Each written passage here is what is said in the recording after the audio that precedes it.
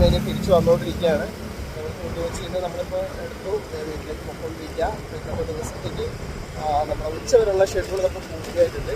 ഇതുവഴി വൈകിട്ട് നമ്മുടെ പ്രോഗ്രാം എന്ന് വെച്ചാൽ നമ്മൾ ചെല്ലാനം പോകാൻ പ്ലാൻ ചെയ്തിട്ടുണ്ട്. കുത്തിക്കോട്ട് ബീച്ച്, ചെല്ലാനം, പിന്നെ അതുപോലെ തന്നെ അങ്ങനെ നമ്മൾ രണ്ട് കറങ്ങി രാത്രി നമ്മുടെ സിനിമ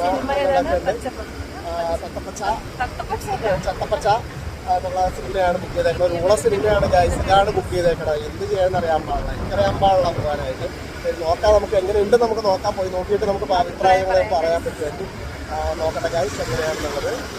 അപ്പോൾ ഇപ്പോൾ നമ്മൾ കൊണ്ടുവച്ചിട്ട് നമ്മുടെ വീട്ടിലേക്ക് പോകാനാണെന്നുണ്ടെങ്കിൽ ഓൾമോസ്റ്റ് ഒരു 4 കിലോമീറ്റേഴ്സിൻ്റെ അടുത്തേ ഉള്ളൂ. പോലില്ല, 3.2 കിലോമീറ്റർ സംതിങ് ഉണ്ടാവുള്ളൂ. ഇതാണ് നമ്മുടെ കണ്ടില്ലല്ലോ നമ്മൾ. നമ്മളിങ്ങനെ പോയി കഴിഞ്ഞാൽ നമ്മുടെ വീട്ടിലേക്ക് നമുക്ക് എത്താൻ പറ്റുന്നതാണ്. അപ്പോൾ നമുക്ക് അവിടുന്ന് നമ്മുടെ ഫോർട്ട് കൊച്ചി ബസ്സുകളൊക്കെ വരുന്നുണ്ട്. ഈ വഴിയാണ് ഫോർട്ട് കൊച്ചി ബസ് സ്റ്റാൻഡിലേക്കൊക്കെ പോണേ. അപ്പം നമ്മൾ നോക്കുകയാണെന്നുണ്ടെങ്കിൽ ഇതാണ് നമ്മളെല്ലാം കേട്ടിട്ടുണ്ടാവും, വേളി ഗ്രൗണ്ട് കേട്ടിട്ടുണ്ടാവും. ആ വേളി ഗ്രൗണ്ടാണ് നമ്മളിവിടെ കാണാൻ പറ്റുന്നത്. ആ വേളി ഗ്രൗണ്ടും അതിൻ്റെ പരിസര ചുറ്റിയുള്ള പ്രദേശങ്ങളും അതിൻ്റെ ഇപ്പുറത്ത് നോക്കുകയാണെങ്കിൽ നേവി ക്വാർട്ടേഴ്സുകളാണ്. നമ്മുടെ ഇതൊക്കെ ഉണ്ടല്ലോ, നേവൽ ബേസിൻ്റെയൊക്കെ ക്വാർട്ടേഴ്സുകളാണ് നമുക്ക് ഇവിടെ ഉള്ളത്. നേവിക്കാരാണ്.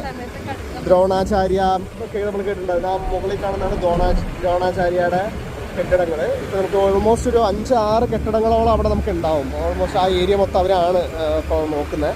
ഇങ്ങനെയുള്ള ഒരു പ്രദേശമാണ് ഗൈസ്. കണ്ടോ, എന്ത് അതിമനോഹരമായ ഒരു കാഴ്ചയാണ് കാണാൻ പറ്റും.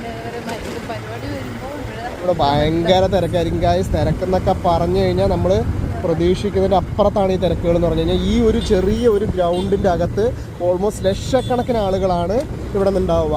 അതാണ് ഈ ഒരു ന്യൂ ഇയർ ആയി പറഞ്ഞാൽ ക്രിസ്മസ് സമയത്തൊക്കെയാണ് ഇതിൻ്റെ ഒരു തിരക്ക് എന്ന് പറയുന്നത്. ഇപ്പോൾ നമ്മൾ നോക്കിക്കഴിഞ്ഞാൽ അവിടെ കാണുന്ന ആ പച്ച മരം കണ്ടില്ലേ ഗൈസ്, അതാണ് ഏഷ്യയിലെ ഏറ്റവും വലിയ ക്രിസ്മസ് ട്രീ ആയിട്ട് നമ്മൾ അലങ്കരിക്കുന്ന മറ്റേ മരം.